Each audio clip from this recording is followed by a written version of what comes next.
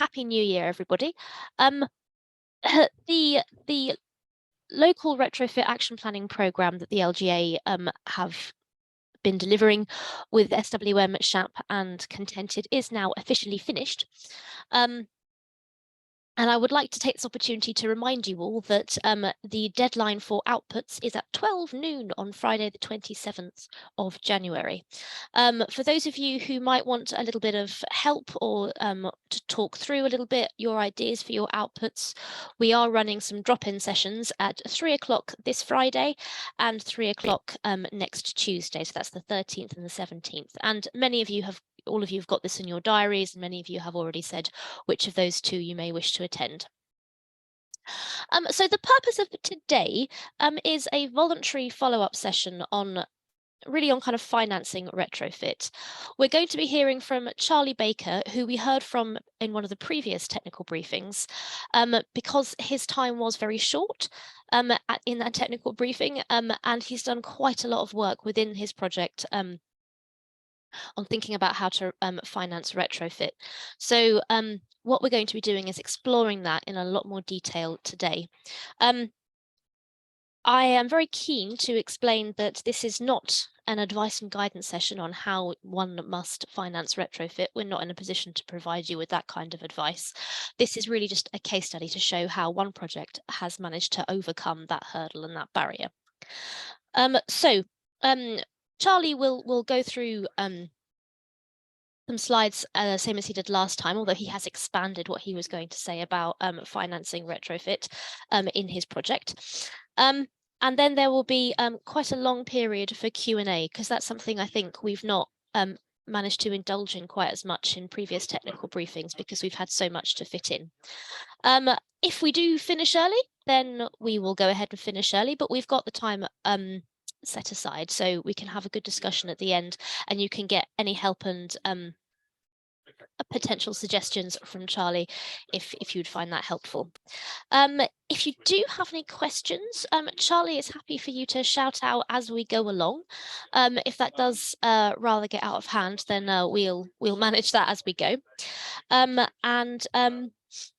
Please feel free to pop questions in the chat if you don't feel comfortable to speak either during the presentation or after, and Rosemary and I will do our best to deal with those and help read them out to Charlie. And finally, the recording will be made available and will go on the LGA website, as all of the videos have done beforehand. So that's an extra free resource for you and for any of your colleagues who might like to watch this who couldn't end today. So without any further ado, I introduce to you Charlie Baker. Please go ahead, Charlie. Cool. Morning, everybody. So I'll just quickly skip through some of the slides. I've thrown in a few extra ones in because of Cara's question, just literally while you were chatting there. The work that we've been doing in Greater Manchester is based on some work that Rosemary and I did in West Yorkshire, which was looking at how you could make the whole of West Yorkshire zero carbon by 2038, zero fuel poverty by 2030, and at zero cost of the public purse, although that misses out the further education side of it. But it was done by looking for those 5 key outcomes that you've got to, if you're going to get people across the line, certainly if it's homeowners, but I think also private landlords, then that trusted offer, building the market, making it fit for purpose, enabling them to pay for it, and critically then delivering it are quite key. We did a whole load of interviews, which Richard, I think, was on the call, did quite a few of just kind of see what the score was. Awful lot of people bruised by what's happened before, and the subcontract culture really not helping. Past 2035 has done, well, past 2030 has done some things to help with that, but not quite enough, and has almost spawned an industry of its own.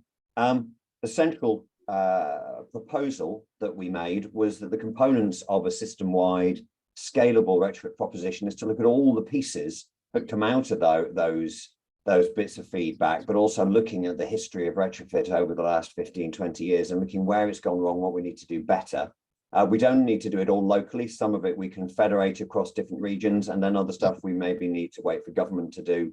And so what we did was we mapped those 5 outcomes over the different components, and then the bright pink, because it's a good color, were the ones that we then sort of thought we should focus on more regionally. And then that gives a set of 20 delivery recommendations arising out of that were relatively simple. There's not a lot in there, but they are key building blocks. The idea being that and obviously 20 is too many for anyone to remember, so you always have to condense it down to 4, and they need to be short. But the idea is to get things moving at a way so that what you can do is get those building blocks, those initial foundations established now, with a view to it becoming a thing later, so that you've actually got the pieces, so that you don't end up plowing a whole lot of resource into one bit and discovering that actually there's a wheel missing off your otherwise perfectly conceived vehicle. So we put all that together into a tender for GMCA last year, and the last, well, actually end of the year before now, and we started last March. It's called Your Home Better, and it's got all of the people that we needed to look at, needed to play in that to create that system-wide approach. So everything from delivery through to finance and all the other bits that I'll come on to as we go through. The central proposition is basically that if you're going to get to zero carbon retrofit, you need to do it in such a way that you want to try and cover that sweet spot where the cost of getting that work done, either through cost recovery or loan redemption, is covered by what you've saved. Not necessarily all at once, but building towards a strategy. And just very quickly, the components of that: external wall insulation. If you're going to do it, let's do it to modern building regs. Let's modernize a house. You can use it as a regenerative opportunity while you're there. Walls to 0.2 watts per square meter per degree. IWI, get as far as you can. And we've got the plasterers, we've got the technology to recreate the originals in a 19th century house, just better insulated, a lot more airtight. And in that case, 0.3, because you don't want frost, could we ever get such things again, for more than a day or two, freezing the outsides of your brickwork off. That line doesn't work anymore because we had a whole week of it being below zero. But until at the end of last year, actually, this was germane that in Manchester it hadn't frozen for more than a night for 2 years. Then there's sorting out the loft, either topping up the loft, but don't forget to put the loft legs in, because people will use the loft for storage. And I heard some research yesterday that said that loft insulation made no difference 3 years into the life of a retrofit, either partially from take back, but the theory was that also quite a lot of people have just lobbed stuff in there and affected the effectiveness of the loft insulation. But also, let's get some room and roofs going. People need more space, make better use of the houses that we've got. Floors, if you can't get under them because the hole is too small or there's no space, go round, do perimeter insulation at the bottom. But under floors, make them airtight while you're there. It's a fetching shade of purple, and we're just getting the data back on fully filling an underfloor void of recycled glass pumice. Replace the windows and doors where you can, but if you can't, get as far as you can with them. New windows, you've got a radically better performance, and obviously you can deal with the airtightness issues while you're there. And actually, well, it depends what you're doing to the rest of the building, but in some cases, leaving the windows where they are for a bit and working out EWI detailing to come back later may well be a cost-effective proposition, because windows, those triple glazed timber windows on the right-hand side there, have gone up 68% in the last 2 years, which is a slightly scary number to offer to a customer. Critically, and the switches are coming in Chrome, I am reliably informed. I've been road testing their beta version of it. You will be able to manually alter the cold bridging and the air tightness, which is the missing 25-30% of the energy performance of the building, which hadn't been showing up in the Chrome assessments because it doesn't show up in RDSAP. But I've been pointing out to them that this is a very major opportunity to get things more accurate. And it also then means we can reduce some of the mold points. Obviously, the joys of the new Part F, ventilation, we need to do it properly. Passive stack is no longer allowed in the new Part F, despite the fact that we've had it working. But MVHR can be prohibitive, and especially in social housing stock, but even in owner-occupied stock, it's a difficult proposition. We're waiting for new tech to come along that merges that. The NEBI 410, 430, I think they're now up to actually rather. Quite handy because it'll do your heat recovery as well as your heating, but it's quite an old unit. We're waiting for an update from Ventive. And then renewable energy and storage everywhere you can put it. The numbers are beautiful at the moment, and if you're a follower of SHAPS over, you'll notice an early piece of work we did back in 2010, looking at the community Green Deal where we use the profitability of the feed-in tariff to help offset the less profitable elements of the retrofit, because you could use that revenue because it was on a 7-year payback, but you borrow over a longer period. You can use the surplus to help pay down the cost of the fabric works. Effectively, you can still do that. The payback on batteries and PVs now, if you're canny about it, can be as quick as 6 years. We're working on 7. And therefore, if you can borrow money over a longer period, this is a source of finance to assist with the cost recovery of the fabric work, which still doesn't pay for itself very easily. Heat pumps, sadly, the subsidy regime that serviced the bottom center and left-hand pictures of this is no longer there. But that right-hand picture is a piece of kit that Ventive are just going into production with in the Midlands at the moment, which will be heat recovery, heat storage, and heat pump all in one unit. Still waiting for that. They've had some issues getting that moving into production. And at the moment, we are therefore stuck with those blowers on the side, which, you know, they are more cost effective. But one of the things is don't put the heat pump in until you've done enough demand reduction on your space heating so that you don't have to change the radiators and the circulation pipes. So if you're being told that it's 12 to 15,000 pounds for a heat pump, actually it isn't. It's about 6,000, especially if you can get some framework rates off Dakin, or other heat pump manufacturers are available. Then you can get that heat pump installation cost down to 6,000 or 7,000. It's the other stuff that's going with it, and this normalizing of these costs is something we need to challenge. The extras, because you can use retrofit as regeneration. Let's face it, it's the only money in town. Let's take the billions and billions that we are giving the energy providers and use it to fund the improvement of our homes. And we can also recover, and so here recreating the dental mouldings on a completely rotten bay window that's then also been super insulated and triple glazed, so that you end up with a before and after like that. We do still need to sort out some development control on this, because where does permitted development stop and start? I had to apply for planning permission for the upper one because it was in a conservation area. The bottom one wasn't, and it was still refused. The offers in our retrofit proposition are basically, let's have one standard spec. And it's not dissimilar to what's in Beyond Decent Homes on SHAP's website from 2009. Which is those standards of performance. The only things we've added to in the last 13 years is sorting out the air tightness a little better, and air source heat pumps, heat storage, ventilation, PV, and battery. So the upper bits, we've just been building on that work. That possibly makes me a one-trick pony, but I'd like to think there's at least 2 tricks in here. And the idea then is that it means that we can have no regrets measures. If you've only got a bit of money, or you've only got a little bit of SHD, if you've only got a little bit of grant, then do a few measures, but do them in such a way that you can add to them over time so you can get to that 0 proposition later. The easy offer that we're doing in Manchester is we're focusing on a PV and storage offer, because we thought that would be the thing that people would go for. But in fact, such is the cost of living crisis at the moment.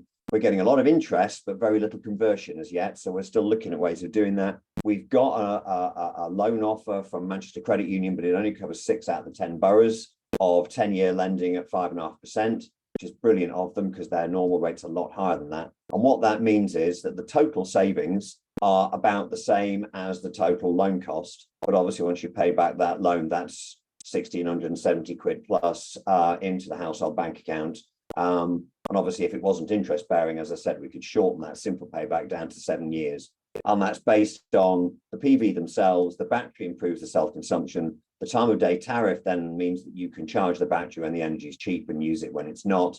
And then the thing we are literally just about to appoint the software provider on is collective energy trading from federated batteries, so that you create a thing called a virtual power plant, which will be quite exciting. We were looking at £400 a year revenue from that, but we have to keep my optimism bias is getting the better of me, and I've had it recalibrated down to 250 quid.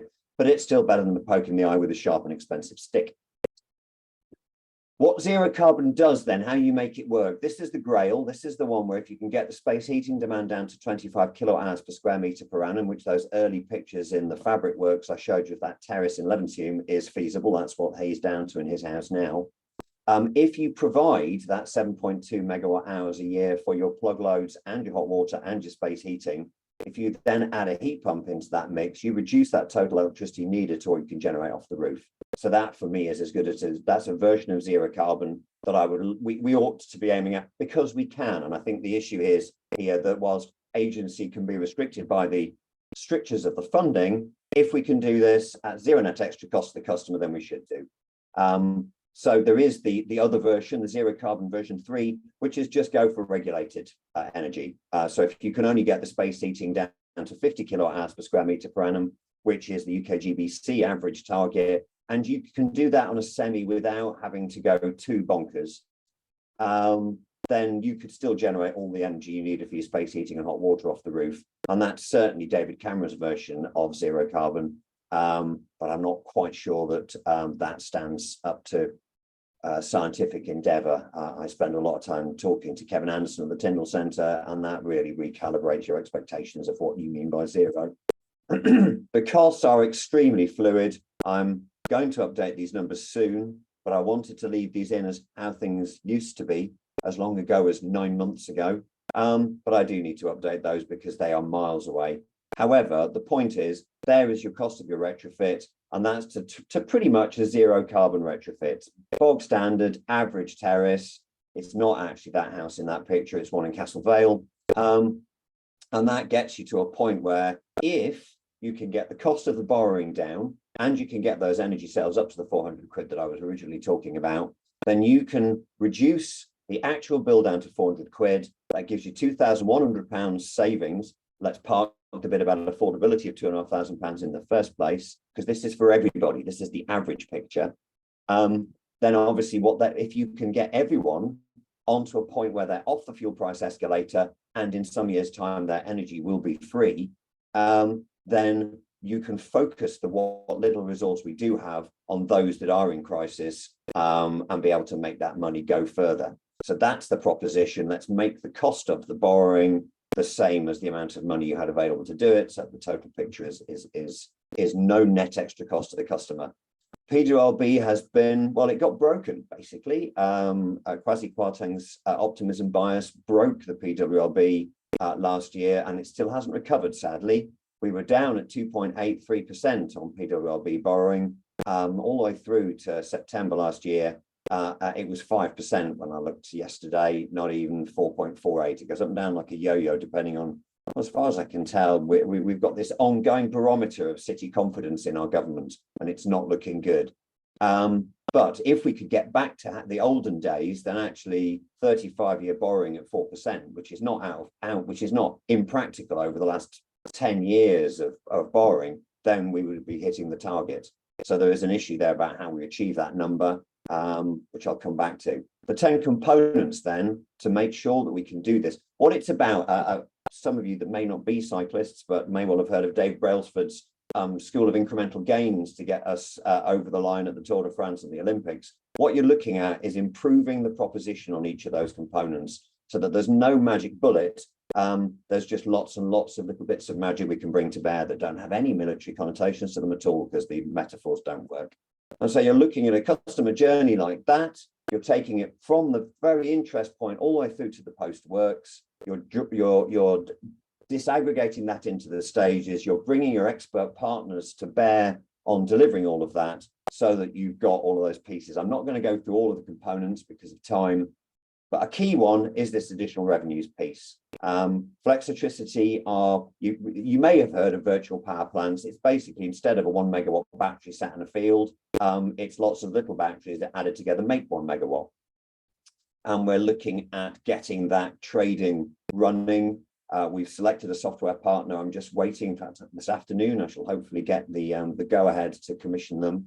And we will therefore then start to get to the point where the batteries will be controlled so that on instruction from Flexitricity, who have traded our energy, there'll be an instruction out to 400 or 500 batteries so that those batteries will then trade into the balancing mechanism currently. But this is a rapidly evolving market. If you want to see what a proper market-facing approach to delivering a key, core, critical public piece of infrastructure, the reserve services of the national grid are actually an exercise well, I'm quite impressed at just how they've managed it. I didn't expect the private sector to be able to do it. I thought we would have to have public sector guidance, but it works. And it means that the little players like us can also get into this as well. The finance vehicle is the bit it's still a bit of a struggle. frankly. The goal is to capitalize a lending vehicle, capitalize a fund that Lendology, who are a social lender based in the Southwest currently, but we want to get them into the Northwest as well.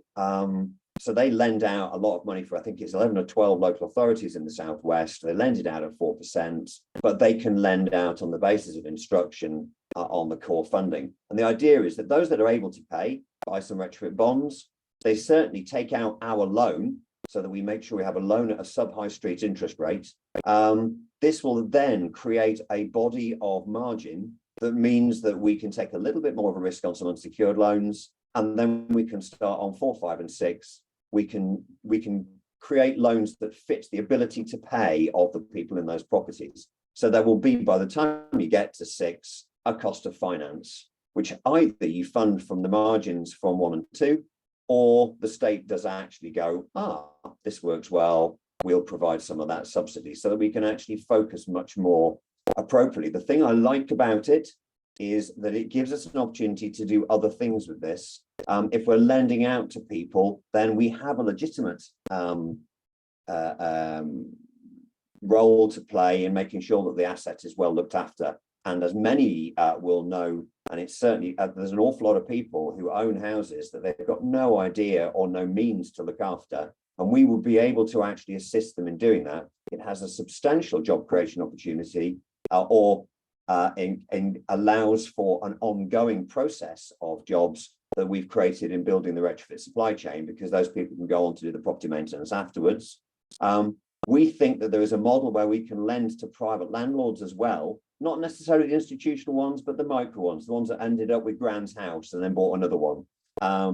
And those kinds of people, that we would be able to say, right, well, if you want to do your house, we'll give you an equity loan on the basis that we've got first dibs when you come to sell it. And then that does then also give us an opportunity to have a progressive letting agency sat alongside that, so that we can make sure that we are able, as a condition of the loan, to be able to say to people, well, actually, could you do it this way? Now, obviously, that's quite a big ask, but I think that there are ways we can grow into this. The sources of the finance, obviously, are many and varied. It was news to me that the US funded the First World War effort by selling war bonds at 3.5%. And a lot of people are talking about the fact that such is the crisis of climate change zooming our way, and now the crisis of cost of living, that actually maybe we should put this on a war footing. We've been talking to abundance about municipal bonds. They do require a public sector backing. We haven't worked out how you could lend that money to private homeowners. So the model that's being looked at by the CA up here is looking at some form of green bond, but for funding some of the decarbonisation of the public estate, and other more community projects. As I said earlier, I think the PWLB is something we should be able to look at again. The public sector underwriting I've had shot down, because it turns out it ends up on their balance sheet anyway. And as the head of finance at the CA said to me, he said, realistically, why would I underwrite someone else's borrowing if I could just go and borrow it myself, because it's going to sit on my balance sheet anyway? So that one's gone away. We have spent an awful lot of time being schmoozed by the Green Finance Institute. They're lovely people. They're very excited. But the costs of borrowing are still, frankly, unfeasible. They're looking at 10 to 12% borrowing costs. And that's not a runner. However, some of the pension funds are starting to wake up to the idea that if we can reduce the risk, and some of it is perceptual rather than real, then we should be able to make that work an awful lot better, and we should be able to get down to some of those finance figures that I mentioned earlier. Obviously, for the grant model is not good. There's not a lot about. We are trying to see whether there's a way of blending some of the finance. And then the loss of the renewable heat incentive and the replacement of the boiler upgrade scheme is tragic. And then SHDF. I would love the government to recognise that SHDF should not be with a goal to getting to C full stop, but should be with a goal to getting to C as an interim position on the way to better, because that would then enable us to look at a better quality component-based approach to how it's done. The cost recovery options into rented housing are into private are interesting.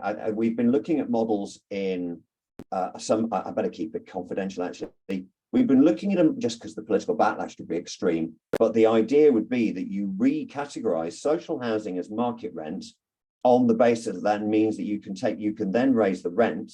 You raise the rent to give you a warmth charge that then actually means that the customer is far better off than they were when it was designated as social housing. And we reckon that you could create riders to the policy framework within that local authority to make sure that whilst it's been recategorized for the practical legislative regulatory processes, the reality is that the customer, the householder, ends up an awful lot better off because they're pretty much getting free energy. And that very, very nearly worked. If we could just get that long-term borrowing picture working, it looks like we should be able to get zero carbon retrofits and better off customers all working, because there's a whole load of regulatory issues around what you can charge for. Obviously, that goes away with the private landlord. And I have had some interesting conversations with private landlords about them taking part in the battery PV proposition, because that would then give them, they can keep the money from the energy sales whilst giving the tenant the benefit of the free energy off the roof. And so they then should then be able to obviously put the rent prices up.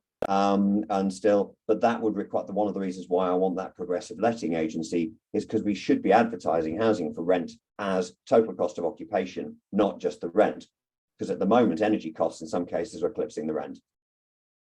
Our model wants to grow exponentially, which is difficult because actually trying to fill in the gaps in this roadmap, the big gap we've got is workforce. The training schemes, the DfE has just been throwing money out for boot camps, but they're not covering people's attendance at the boot camps. So people that are already having difficulties with the cost of living are not going to not get paid for a couple of days to go to a boot camp when there is no guarantee of a job at the end of it, because an awful lot of employers have gone, MVQ2, how much use is that to me? And so we've ended up with a bit of a challenge there. We're looking to try and see if we can revisit that. But one of the biggest difficulties I've had 9 months into Your Home Better now is recruiting contractors, unless I'm prepared to go with some of the very big contractors that, get this, one of them wants to charge 85% on top of the subcontractor costs. Another one, the cheapest one I found of those big contractors that some of the local authorities on this call will have to be negotiating was 60%. And I heard yesterday in yesterday's meeting that one other very large contractor was charging 120% on top of the subcontractor costs. This is price gouging. This needs to stop. And so we've been trying to build capacity. So one of our partners in the project is B4Box. We're looking at a model with them where we would take their trainees, put them on site, and then we're looking at revenue. Well, we're not calling it revenue funding because that's very unpopular these days. We're looking at a model where it's a price per job so that we can get them trained on site. The customer doesn't pay the extra. The supervisors make sure the work quality is good enough, and the extra cost is paid for out of that cost per job. Early doors on that one. I've been trailing the idea for 2 years, and I'm finally getting some nibbles of viability on that, because people are recognizing that the biggest obstruction currently is a lack of supply chain. People who have been sat in their homes for 2.5 years and realize that they are really not comfy in their houses are having extensions done. The kinds of builders we want to do retrofit are therefore full order books doing extensions. Why on earth would they want to try something they don't know how to do? And especially when things are so difficult. But the great thing about retrofit is that we can build customer trust by who we put into the sites. So we can make sure that the construction trades are more representative of the communities of the people into whose houses we're going. We can give people proper jobs with genuine satisfaction to them.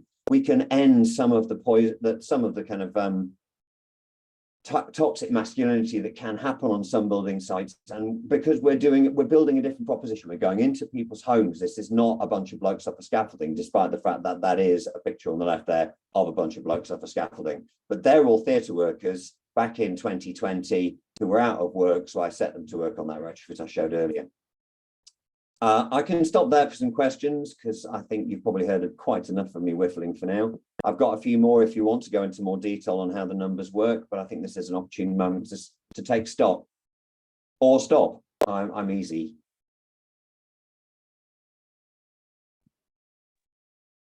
Thanks very much,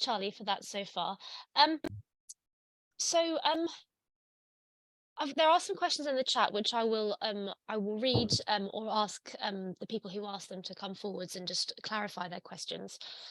Um, just to confirm, there's no reason, is there, why this retrofit financing proposition that you've put to, well, this is the question. Is there any reason why this could or couldn't be extended to the non-domestic sector, the financing in this way?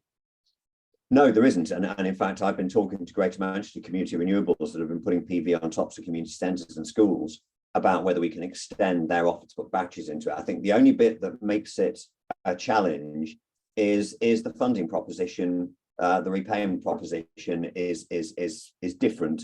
And I'll be honest, you can't use SAP on a non-domestic building because the assumptions are so different. And there isn't a standardized assessment model for non-domestic buildings because there's so little standardization across non-domestic buildings. So you end up with focuses of expertise on those. But yes, the theory of being able to look at the total cost. I am actually looking at a big mill over in Lee at the moment and trying to build a proposition where they should be able to up their rents on the basis that the cost of being in the property is lower and they're more comfortable. But it's really difficult at the moment because borrowing costs are so high. Okay, thank you. Another question from Gail, just so that it's not just me and Charlie talking. Gail Pilkington, would you like to just come off mute and present your question about the heat pumps and keeping those costs down? I think it was a bit of clarification that you were hoping for. Yeah, absolutely. Yeah, a lot of information. I'm doing my best to keep up. But I was my ears sort of pricked up when Charlie said that if you do the right things in the right order and in the right way, you can actually keep heat pump costs down to more like 6,000 rather than sort of 10 to 12, which is often what we're getting quoted. So I just was interested to know a bit more about that. Yeah, it's quite simple. Basically that, and if I did do some numbers on this, and I'm just trying to refresh my memory on this. If you take an average house with a space heating demand of 150 kilowatt hours per square meter, if you could get it down to say 60, then that would then mean that you've got that reduction in what's called the delta T, because a heat pump, the reason for the need to expand the radiators and the pipework is because your standard gas boiler throws water around your radiators at anything up to 75 degrees. Although obviously if you've got kids, you've probably notched that down to 60 so you don't scald the things. And indeed, there's quite a lot of advice out there to do that. However, a heat pump is optimal. Its coefficient of performance is optimal, circulating at about 35 degrees, possibly 40, depending on whose heat pump you're using. So you've got that reduction in heat output that can make it a little bit difficult. But if you therefore do a body of work to the property, then you've got somewhere to go. And I can't actually talk and read 9-point text at the same time.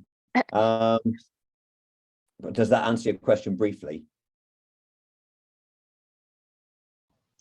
Yeah, I guess so. I guess it's just understanding what it exactly is that you need to do to well, reduce. the first thing you want, Gail, we've lost you. The threshold, Gail, is that you want to get the property sufficiently well insulated that when you turn the heating off, the temperature of the house doesn't plummet. Is the simple way of putting it. And in order to do that, you want to get your walls to at least 0.35, not the 1.5, 1.6 of a solid wall currently. And you might well be able to leave the windows, because if they're double glazed, you may well be able to leave them. But you do need to make sure that the air tightness is up to scratch. That may well be somebody with a mastic gun. Certainly the next time the wind blows on the windward side, just run the back of your hand around all the doorways and around all the window openings and just see if you pick up places where the air is getting in. And then also educate people out of this slightly surreal. So when I had my heat pump installed in our retrofit here, the Lithuanian expert designing the control system said, we find it quite funny that you Brits just won't have your heating on for more than 4 hours. We all think it's quite funny in Lithuania. I said, what do you mean? He said, well, because if you're running a heat pump, you leave the heating on all the time. I said, does that not cost a fortune more? He said, no, because we've insulated the houses properly.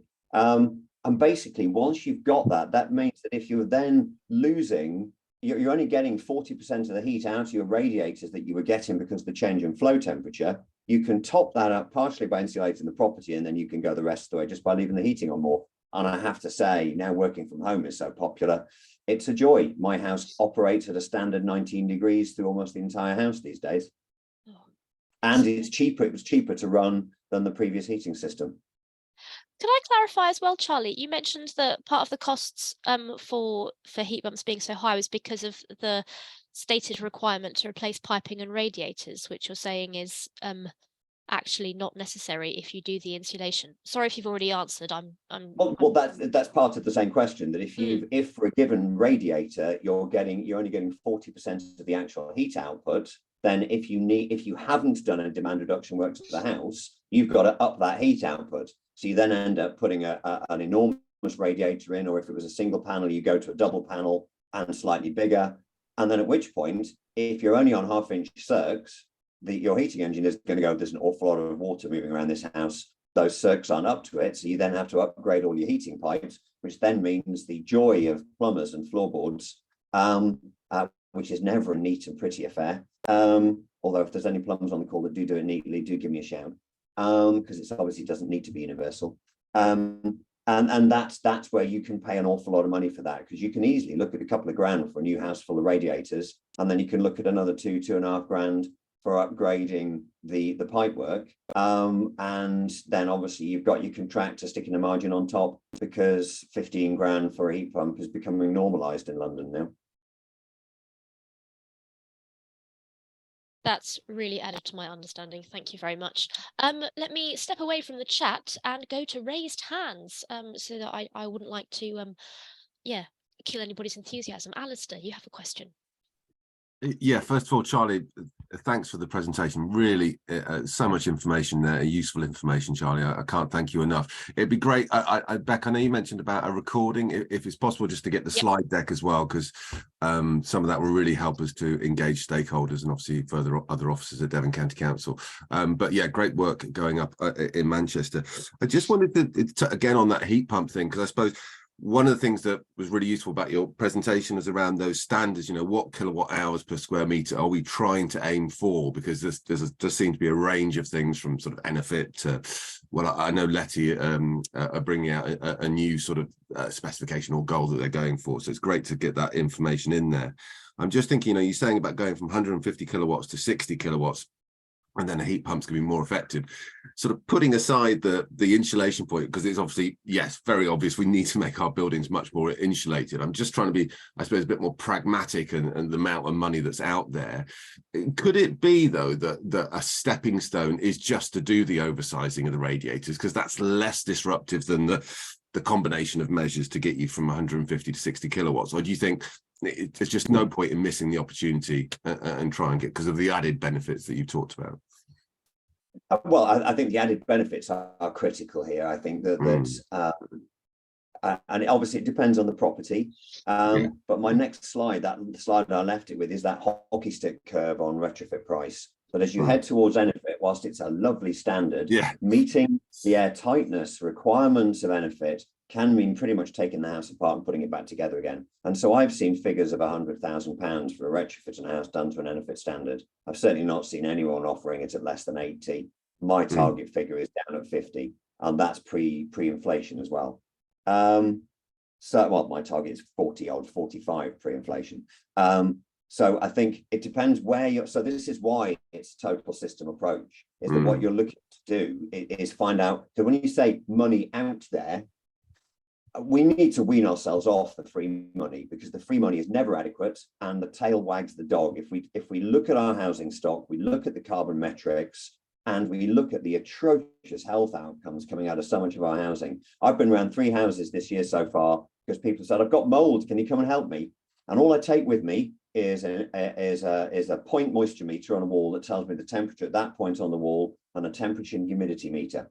And I put those two in the house, and I've got people that are basically underheating their properties. The RH has skyrocketed because the temperature is so low that they hit the dew point on the walls, at which point the walls are wet to the touch. And then obviously that's when the mold grows. even if you were to so this is the other problem with the larger sized heat pump, is that electricity is kind of spenny at the moment. You don't want to spend too much money on that. So if all you're doing is swapping out a gas boiler for a heat pump that's then had to be put in at twice the size it needed to be, you're not doing anything about fuel poverty. And therefore, most germane, I think, well, not most as germane, you're not doing anything about the health outcomes. We are brewing up for an absolute perfect storm in the next year, where a year of the health outcomes from breathing in mold on top of COVID, on top of flu, on top of strep infection, and on top of a government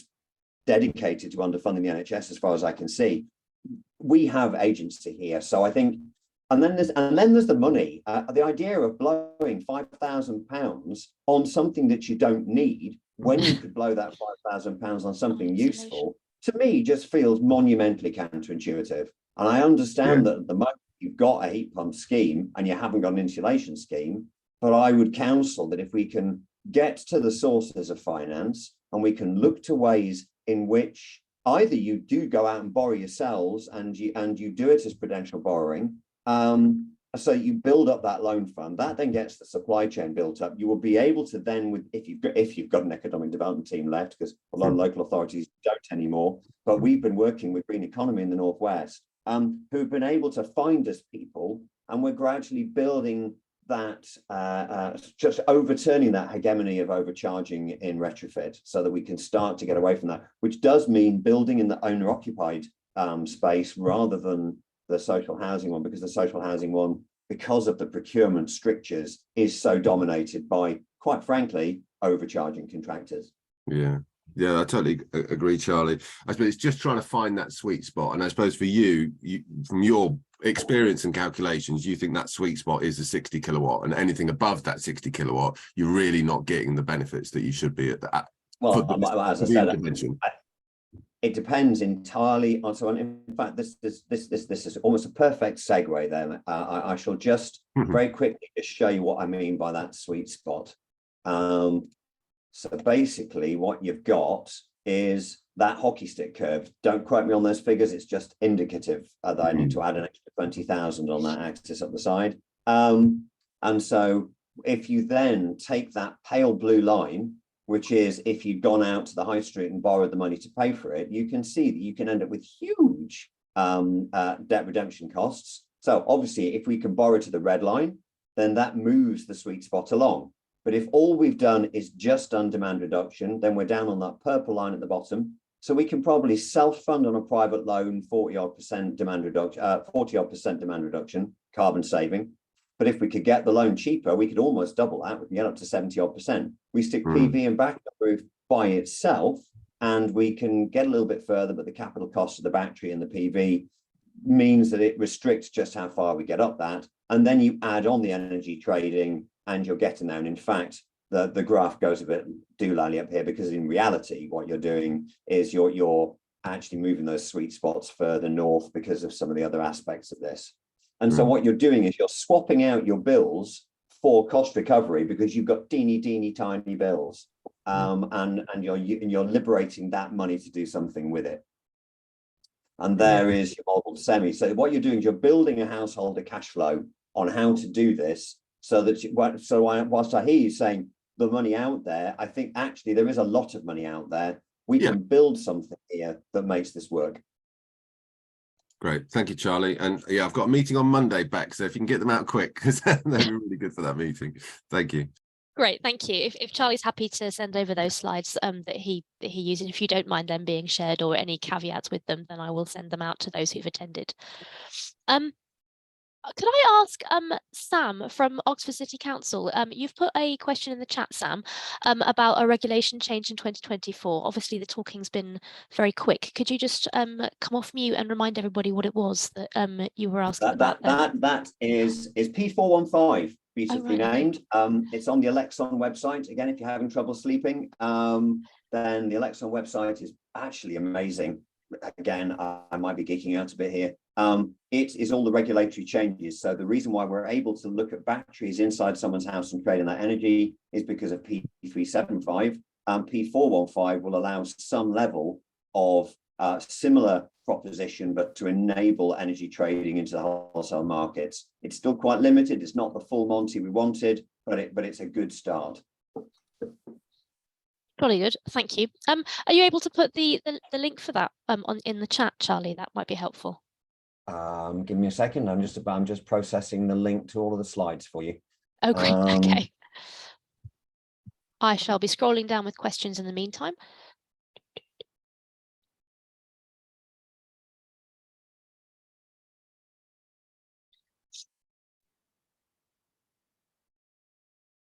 Right, okay, and then just wait for that. 73 meg, so I shall just post, it'll be a file link. So any of you on a local authority IT system probably won't be able to do this. My counsel is to email it yourself to your home phone, at home email, and then download it from there. I don't quite understand, well, I do, but this particular file sharing protocol is very handy. So I shall post this link now. Public link. There you go. That's all of the slides, including a few I haven't shown you yet. Right, do for you, Alistair. Jason's got his hand up. He does. Please, Jason, ask your question. Hi there, Charlie. There was loads of really great information in your presentation. Thank you very much. I kind of have multiple questions. I apologize in advance that I might not put them together in the most coherent way, but I'm just going to sort of ask a couple of questions and feel free to answer in the best way possible. So, do you think that there is a possible, obviously, just within the breadth of this call, I can tell that you've got a really high knowledge around the subject. Do you think that there is a barrier around the public knowledge of this retrofit and building that trust, as you were saying?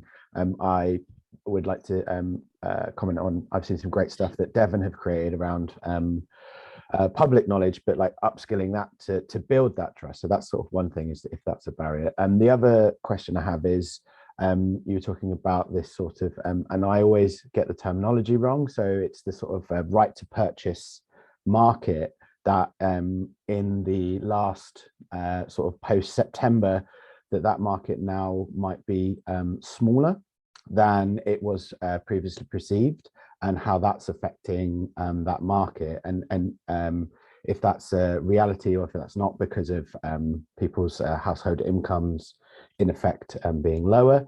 And the final question, sorry, this is quite a lot, was obviously, I might get this terminology wrong, and I do apologize, with the MEES changing around private renting, do you sort of foresee that there might be a abundance of low performing property that suddenly comes into sort of the housing market, and is there a piece of work, or is there something around mortgages tied to sort of retrofit projects, and those two being tied together? So feel free to answer one or some or none of those as you feel appropriate, but yeah, I just sort of there are just a couple of questions that I had, so thank you. But thank you for the presentation. There's so much great information in there, but I just sort of wanted to ask those few things.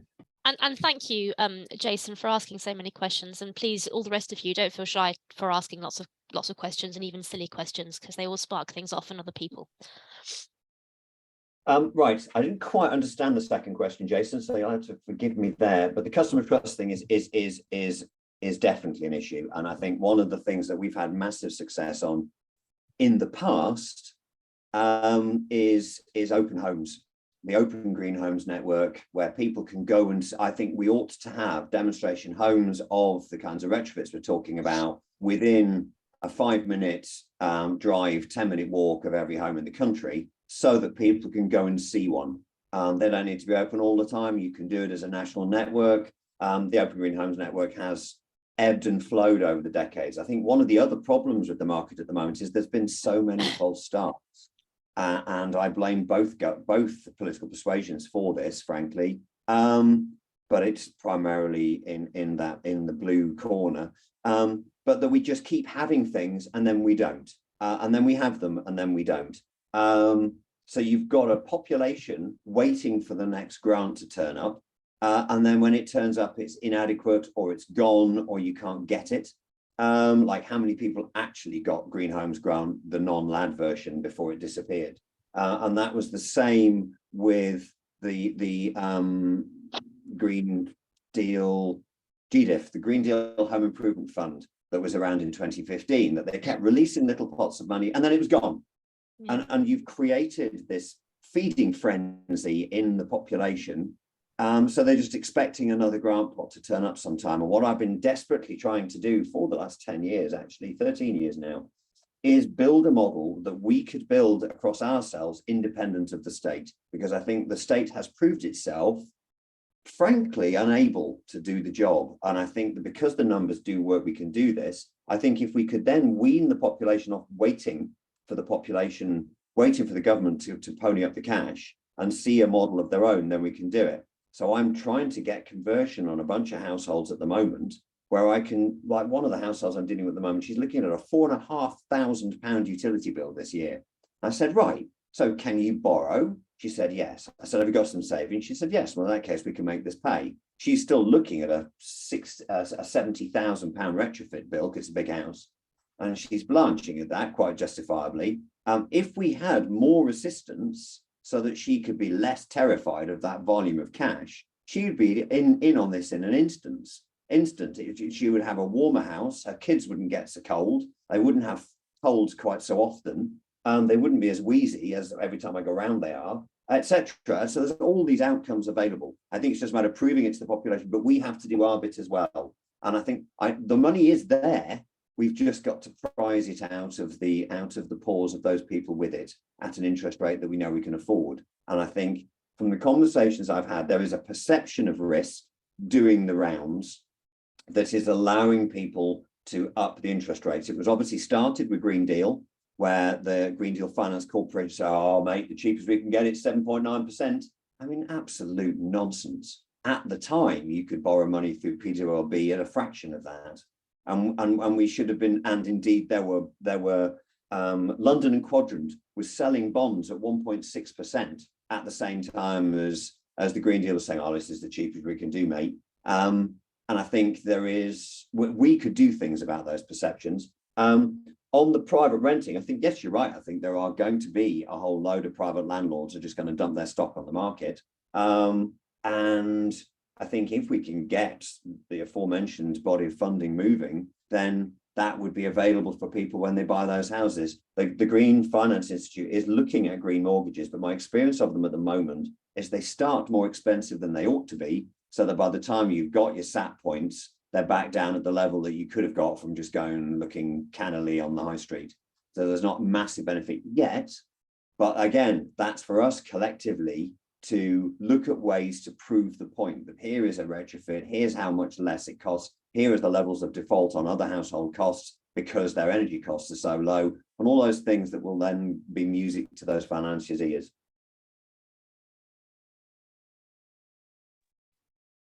Did you need to clarify your second question again, Jason?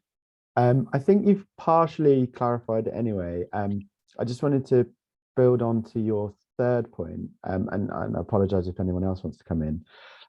I think my third question was less around green mortgages, but more around perhaps, and this is me just sort of thinking in an idea capacity, more around if you have a property that is below a certain EPC standard, perhaps, that you would be able to therefore apply for these funds, these are endology, at a much more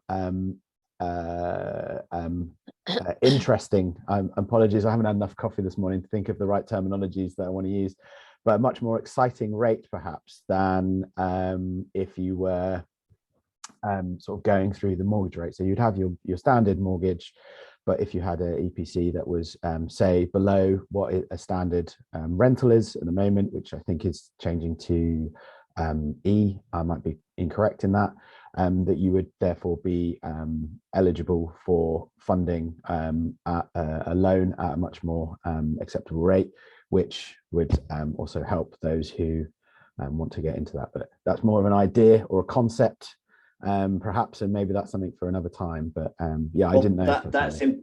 that's implicit in the slides I was showing earlier about that sliding scale of able to pay. But my proposition back to you would be that there's no point in having something you could apply for if you can't afford to pay for it. So if you're going to give somebody a sub-market interest rate because they are in need of that rate, then somebody's got to pay for it. And we either lend out to the whole of the market. So as an example, you can borrow at 5.5 at the moment if you can. If we can lend at 5, so people come to us because we've got the cheapest lending, but our cost of input finance is 4, we need 0.5% to run the scheme. That gives us 0.5% margin on all of our loans that are issued to that larger scale demographic for us to put in the pot to assist in subsidising those ones for the less able to pay. But I would be very much, I think, to make sure that our proposition is across the political spectrum, I think we need to be very careful about offering things for free. It does tend to get some people's backs up. I think we need to make sure that no one gets anything for free. They just get things they can afford. And I think the equity lending proposition here is a really useful way of doing that.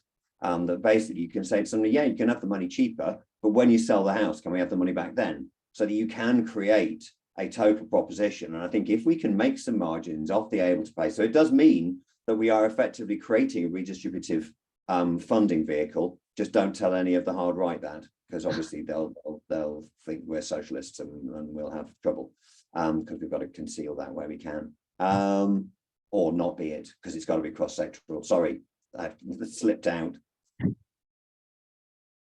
You seem to be saying the quiet parts out loud, Charlie. Yes. I'm going to come back to Rena Jones's question, because I think this whole thing about the overpricing of heat pumps is a bit of a revelation to some. So sorry to hammer this one again, but is standard cavity wall insulation plus loft and draft proofing sufficient to reduce heat demand prior to heat pump installation for us to be able to get that more affordable heat pump? It's going to depend on what's going on with the floor. And it's going to depend on the cavities themselves, the exposure rating of the property, and the windows. Yes, theoretically, if you could make sure, the problem with floors is that a lot of houses with cavity walls have then got solid floors. And certainly if they're built back in the olden days when I was at big school, the cavity will stop somewhere around floor level. So you won't even be able to get the cavity insulation to be able to help you with perimeter insulation, which is that slide I showed earlier, that if you can stop the heat leaking out the side of a floor slab, the ground underneath the floor can actually be a reasonably effective insulant, as long as you stop it going down and just flanking out sideways. Then there is the fact that too many loft insulations are not done properly, especially when you get to the eaves, because obviously you've got your ceiling rafter, it sits on the side of the roof rafter, and there's the habitable room under there. So I'm drawing a section with my hands. And at that point where I just drew it the wrong way, at that point where the rafter meets the roof rafter meets the ceiling rafter, it's very thin there. Sometimes you need ventilation through that. In all cases, you need insulation in there. And at the moment, we haven't got a loft insulation industry that recognizes the need for that. So if you point a thermal imaging camera at quite a lot of houses' ceilings, you see this enormous blue patch round the perimeter of the roof, because they've basically not done it properly, because they were being paid about 15 quid per roof. And so they had to dive in there, roll it out as fast as possible and get back in the van and on to the next job. And so that can be an issue. The cavity, I'm not a big fan of cavity wall insulation because you kind of can't go any further.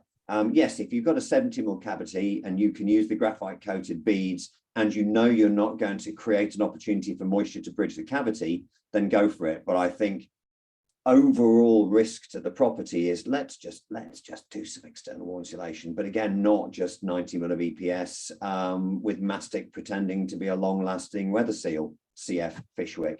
I hopefully don't need to put a link up to Fishwick. You can just Google Fishwick EWI and you get all sorts of horror shows. So it does depend on the property, but yes, there is the possibility that that will work, but you do need to factor in air tightness and just look at the total building. As I said, hopefully Chrome's product over the next year will evolve into something that meets the bill a little better. Can I ask a dumb question here as a householder?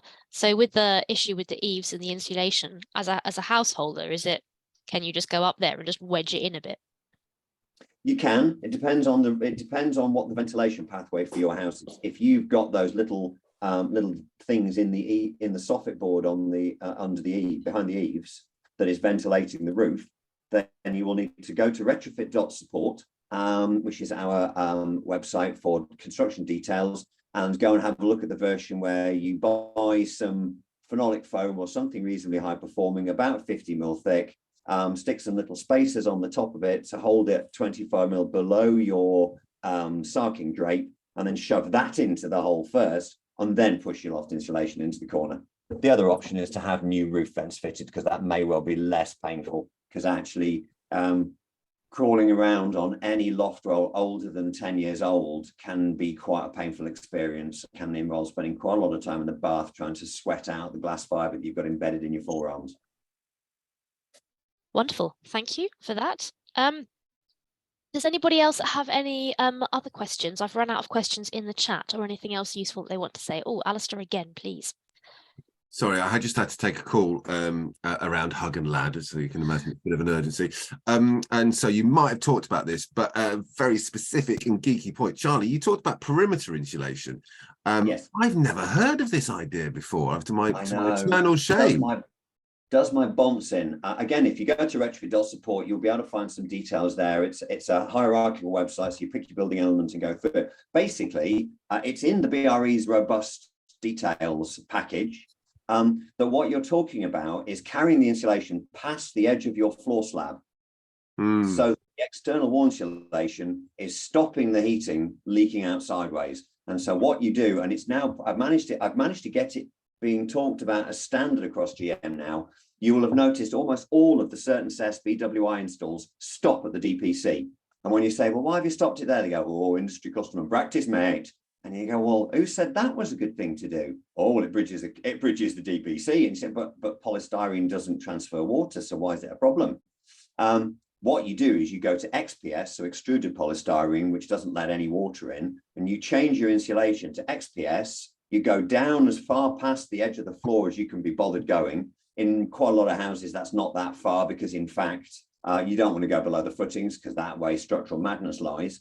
And you basically stick some XPS to the side down to your footings, and then 300 mil above where the water lands when it rains, you then change to your vapor permeable insulation and carry on above that.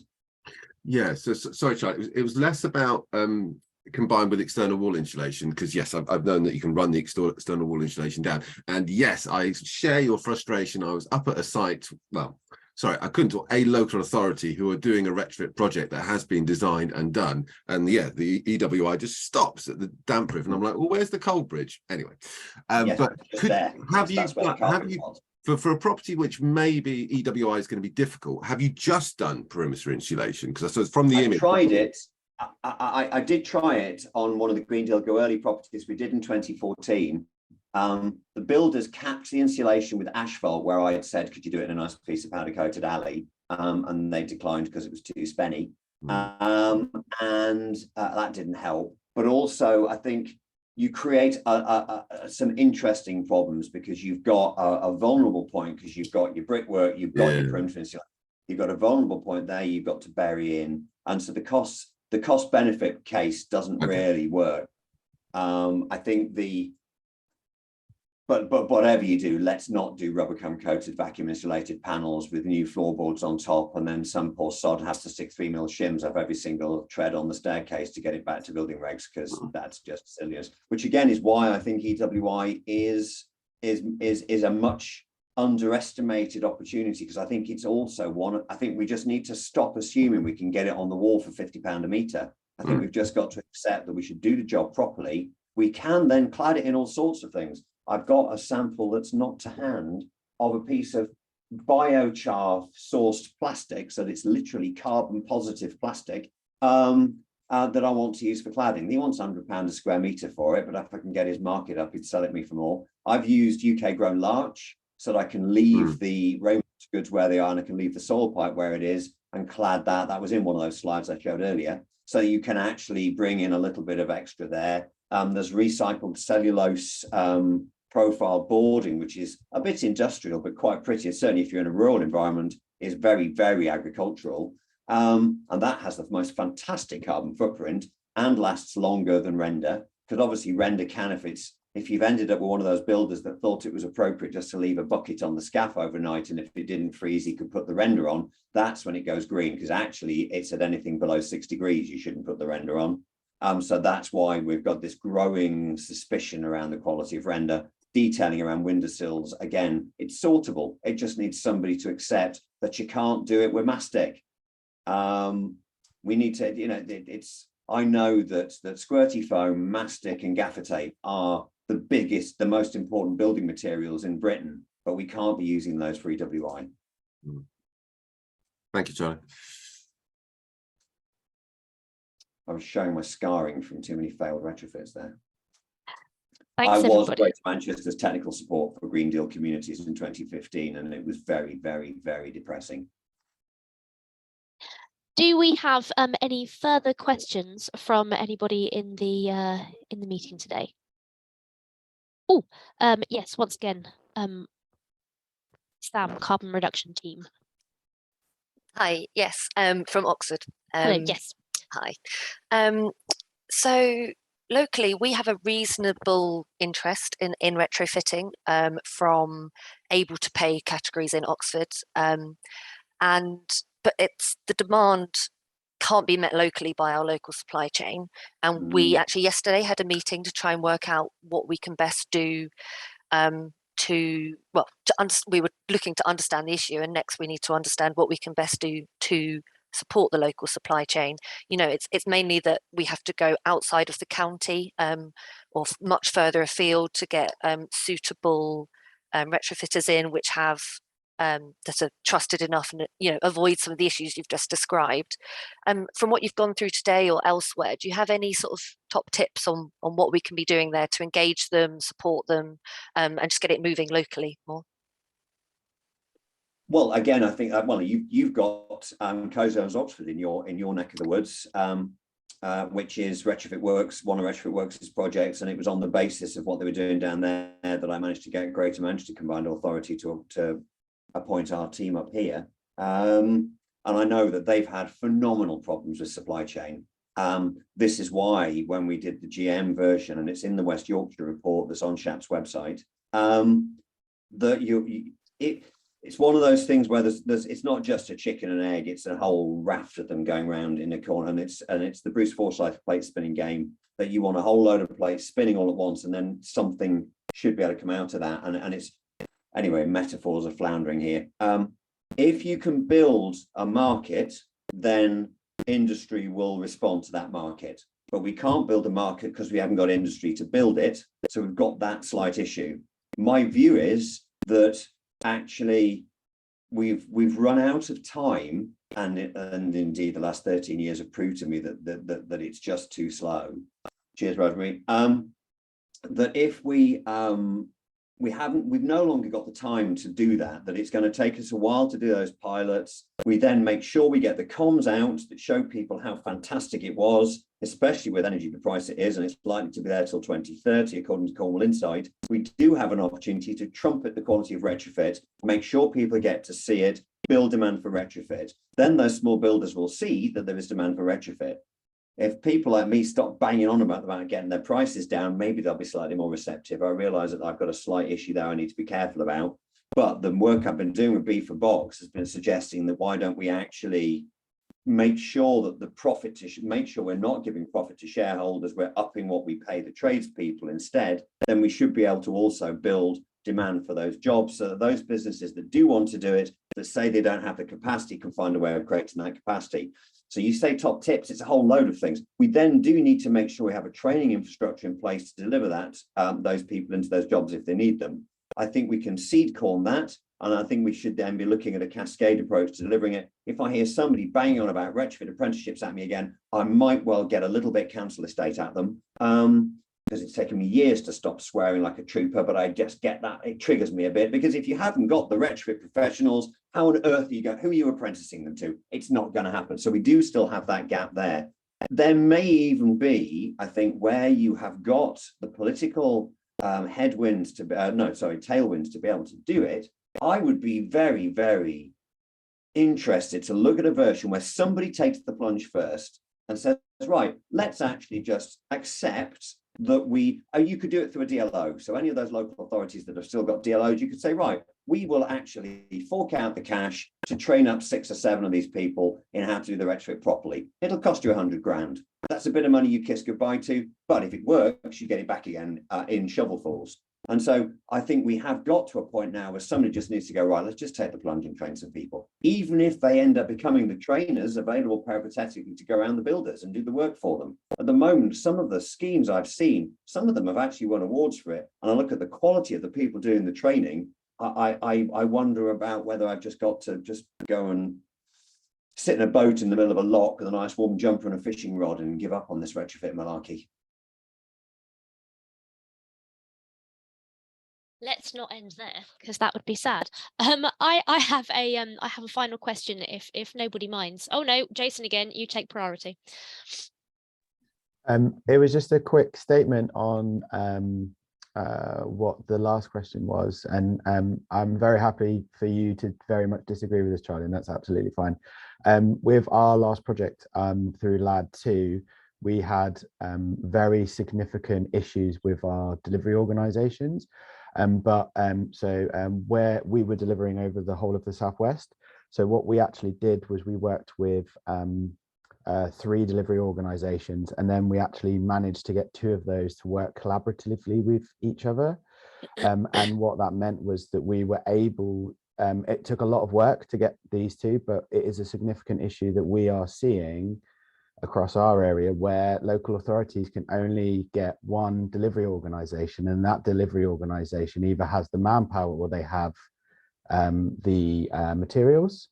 So what we've been looking at is looking at getting multiple delivery organizations on a project, and for those organizations to work collaboratively. So that means that you're not only helping upskill your local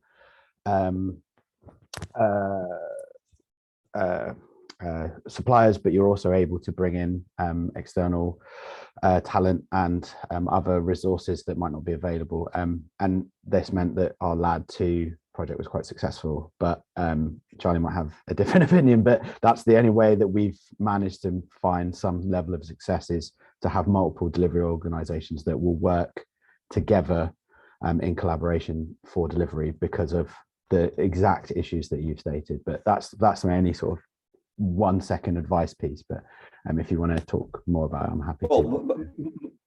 Whilst there are still many edges to be knocked off the retrofit works model, I think it, for me, holds out a much greater chance of success than the model you've just described, because the problem that I've seen, having now worked quite closely with framework suppliers and with those public procurement delivery partner approaches, is that the costs of those are just too high. They are impractically high, and I don't think the money is going in the right places. Because when a large contractor that has subsequently been reabsorbed, renamed, and then absorbed again, and then renamed, I worked with 8 years ago now. I knew the subcontractor they were going to for pricing on the job, and then I knew what they were charging on top of it. And it seemed to me that whilst Retrofit Works wants to get 10% back off either the customer or the subcontractor or both, which is their current favour at 5% each, that is still radically less than doing it through a single delivery organisation. And then Retrofit Works becomes your delivery organisation. And because they are essentially a mini framework, they are a framework pointing at those smaller builders and those SMEs that those larger contractors were leaning on to give better prices on, it actually cuts out some of those areas of cost that may not actually be that optimal, and does give you a much greater chance of growing local supply chain. My understanding, but our colleague from Oxford may well contradict me, because obviously I'm only getting it secondhand off Inside Retrofit Works, but my understanding is they started off with 1 builder, and as a result of doing some work with them and getting that moving, they are now building up some supply chain out from there, as a result of people seeing that this is useful and that new operation is being able to prove itself. I know an awful lot of subcontractors will not touch the large framework contractors with a barge pole, because it is so bruising to work for them. They get their prices sat on, they're on 120-day invoices, and it's awful. So I think that there is, even if obviously we don't give all of the money to retrofit works, I think that idea of a model that is, I like I think the retrofit works model, like I'm to promote, it is a social enterprise, it is a cooperative. I'm not handing money over to shareholders, and I think we could just create those models where subbies and smaller contractors join it, and they get their interests much better looked after because it's their business.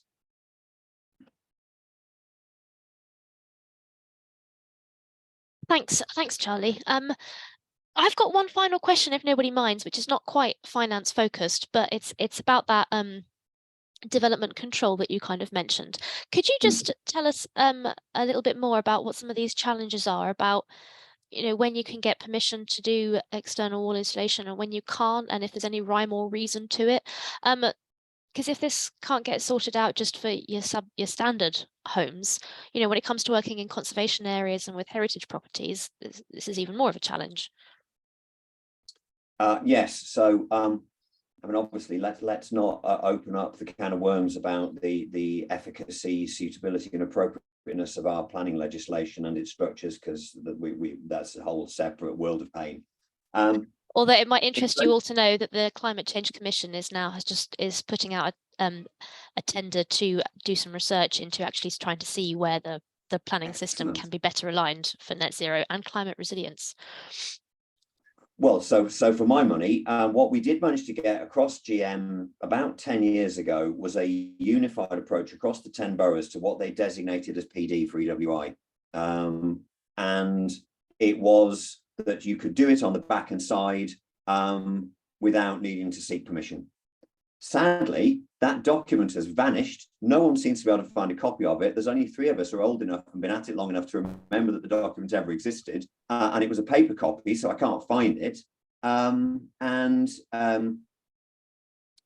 now going, oh no, it's each individual application. You're thinking, I put a planning application in for a retrofit on a house where I didn't want to match PD. The customer wanted a different material, and therefore theoretically you're outside of the strictures of PD. And we did want to change the front. And whilst it was rendered, we wanted to have some insulation underneath re-render. I've been waiting 16 weeks for that application to be determined, well outside the usual window, because they just don't have the capacity. So the idea that each application is treated on its merits is manifestly impractical, because there just isn't the resource there. Our planning system is, as is so much of the public estate, on its knees from lack of resourcing. I think we could standardize. I think we could very easily say, you could, for example, theoretically, you would need planning permission if the material that you were putting on the outside of your property didn't match the material that you were cladding it. So it commits you to brick slips at £250 a square metre if you want them done properly. So we ought to be able to say, actually, no, let's just make it PD if it's to this thickness. So you could synchronise PD for wall insulation very comfortably. I think in conservation areas, I think it's a fair cop. But again, you could very easily create some guidance notes about what you should deem as acceptable. It kind of depends on the nature of the reason why an area was made a conservation area. But certainly for that house I showed the picture of earlier, that's in a conservation area. The planner that gave me the permission was quite an enlightened chap, and sadly he's just retired, and the person that says he's been replaced with is nothing like as progressive. I don't think I'd get planning permission again for EWI in a conservation area with large cladding halfway down it.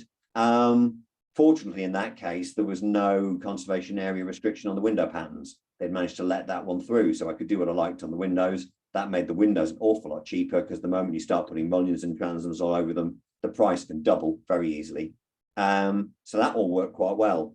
So yeah, I did make some suggestions back to an LPA in GM, which I can share with one of you if that's become something you want to see, but I'd share that in a separate email rather than across this news group. Let's get back to the LPA concerned and they tear me a new one. I wouldn't mind having a copy of that if that was okay with you, Charlie. But Yeah. Thank you. We have a final question from Marion Overton, who is on mute.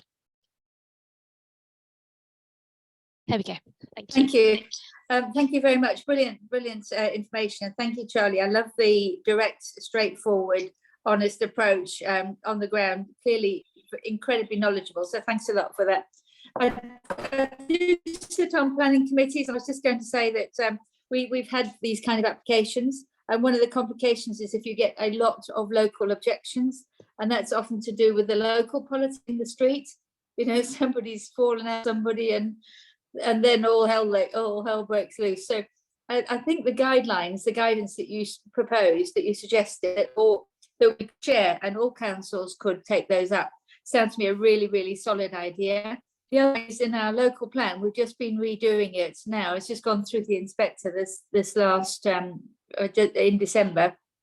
And we've put a lot of stuff there about making sure that homes are more energy efficient in advance as part of the planning requirements. You might want to have a look at that. It's North Kesteven. Actually, it's in North Kesteven, but the plan is called Central Lincolnshire Local Plan, and it's the version that's just gone through. So it's all online. Central Lincolnshire Local Plan. Yeah, good. Thanks a lot. Thank you very much for that. That's very helpful.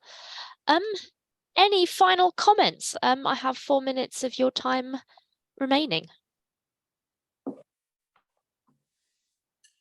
In which case, can I just say thank you very, very much to Charlie for giving up so much more of your time today and for answering these questions so fulsomely. I hope all of you have found that helpful, and perhaps it's given you some more food for thought that we could discuss a little bit more in the drop-in sessions. Again, if you would find that helpful, on Friday and Tuesday next week. Just to remind you all, certainly from SWM's point of view and the delivery team for this project, we very much want you to be taking real and tangible steps towards retrofit action planning as part of your outputs.